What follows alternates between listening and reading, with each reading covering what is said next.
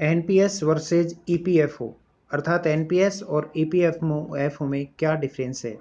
NPS और EPFO में ब्याज का कितना फ़र्क होता है, कौन सा प्लान आपको लेना चाहिए, कौन सा बेस्ट है, किस में आपको ज़्यादा ब्याज मिलता है, पेंशन के समय आपको बेनिफिट किस में ज़्यादा मिलेगा।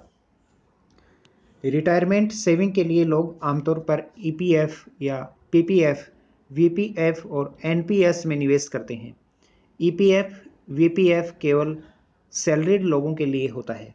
ईपीएफ और वीपीएफ किन के लिए होता है, जो सैलरीड पर्सन होते हैं। वहीं यदि एनपीएस और पीपीएफ के में कोई भी व्यक्ति निवेश कर सकता है। एनपीएस और पीपीएफ में कोई भी व्यक्ति निवेश कर सकता है। एनपीएस में इक्विटी स्कीम में निवेशकों को 10 साल में 12% सालाना रिटर्न मिलता है। 10 साल के लिए यदि आप निवेश करेंगे तो आपको रिटर्न कितना मिलेगा, 12%। वहीं यदि हम बात करें ईपीएफ में रिटर्न करीब 9, तो पीपीएफ में 7.5% रहा है। रिटर्न में 1% अंतर रिटायरमेंट फंड को 20% तक घटा बढ़ा सकता है। वहीं यदि 3% का अंतर आने पर कुल कॉर्पोरेट 77% बढ़ सकता है। कितना फंड आप बना सकते हैं अपनी रिटायरमेंट की प्लानिंग के लिए, बहुत बढ़िया कैलकुलेशन है ये, ध्यान से समझने की आप कोशिश करना। मंथली एसआईपी यदि आप 8,000 रुपये की करवाते हैं और निवेश आप 30 साल तक करते हैं, आपका कुल पैसा जमा होगा पीपीएफ में 92,34,000 रुपये। इंटरेस्ट मिलेगा 7.1%। ईपीएफ में आप पैसा करवाएंगे तो उसमें जमा होगा 1.12 करोड़ रुपए, इंटरेस्ट मिलेगा 8.15%। इसी प्रकार से यदि एनपीएस में आप इन्वेस्ट करेंगे तो आपका टोटल जो अमाउंट होगा वो 2.32 लाख रुपए होगा। 12% आपको सालाना ब्याज मिलेगा। रिटर्न भरने पर आपको कितना रिटायरमेंट आपका फंड बच जाएगा। आप यदि मंथली एसआईपी 8,000 रुपये की लेते हैं, 30 साल के लिए आप करवाते हैं, तो आपको रिटर्न जो है ये कितना बेनिफिट होगा इसमें देखिएगा। अगर हम बात करें फंड में इजाफा जो होगा वो 77.1% तक आप इसमें इंक्रीजमेंट देख सकते हैं। रिटर्न 9% से बढ़कर 12% होने की स्थिति में ये कैलकुलेशन की गई है। इसको आप ध्यान से, इसका आप स्क्रीनशॉट लेकर भी आप अपने पास रख सकते हैं। सैलरीड और नॉन सैलरीड दोनों के लिए एनपीएस की इक्विटी योजना रिटायरमेंट फंड और मोटे पेंशन के लिए बहुत ही बेस्ट है।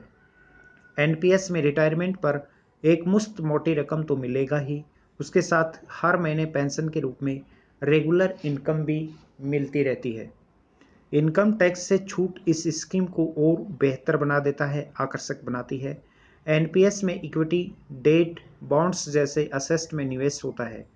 निवेश 7 पेंशन फंड्स में से किसी को भी आप चुन सकते हैं। इसके साथ ही इक्विटी में निवेश करना है या डेट या बॉन्ड में आपको निवेश करना है, इसका चुनाव भी आप खुद कर सकते हैं। आपके ऊपर डिपेंड है कि आपको निवेश कहाँ करना है, आपका इन्वेस्टमेंट कहाँ होना है।